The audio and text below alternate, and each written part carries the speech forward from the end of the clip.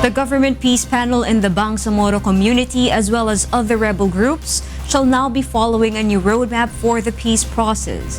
Marge Navarro will tell us why. The new members of the Government Peace Panel consist of Hernani Braganza, Attorney Rene Sarmiento, Attorney Angela Librado Trinidad, and Attorney Noel Felonco, has sworn into office before President Rodrigo Duterte. Presidential Advisor on the Peace Process Jesus Dureza says the President has also approved the roadmap for the government on peace process. The roadmap covers the role of the Bangsamoro people and other rebel groups on the peace talks.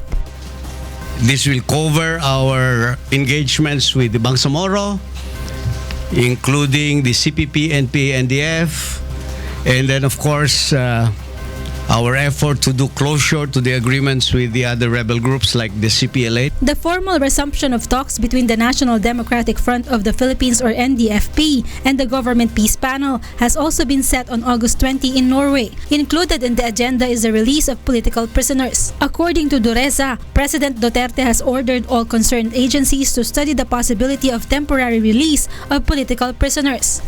And then we will discuss, of course, the matter about releases of prisoners, and this will be discussed.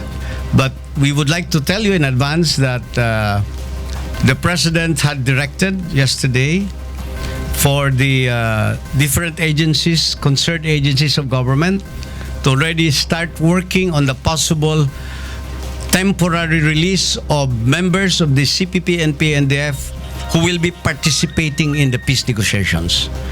But the legal procedures will have to be closely followed according to him. Secretary Dureza asserts that they are committed to enforce the provisions of the Comprehensive Agreement on the Bangsamoro or CAB that has been created under the Aquino administration.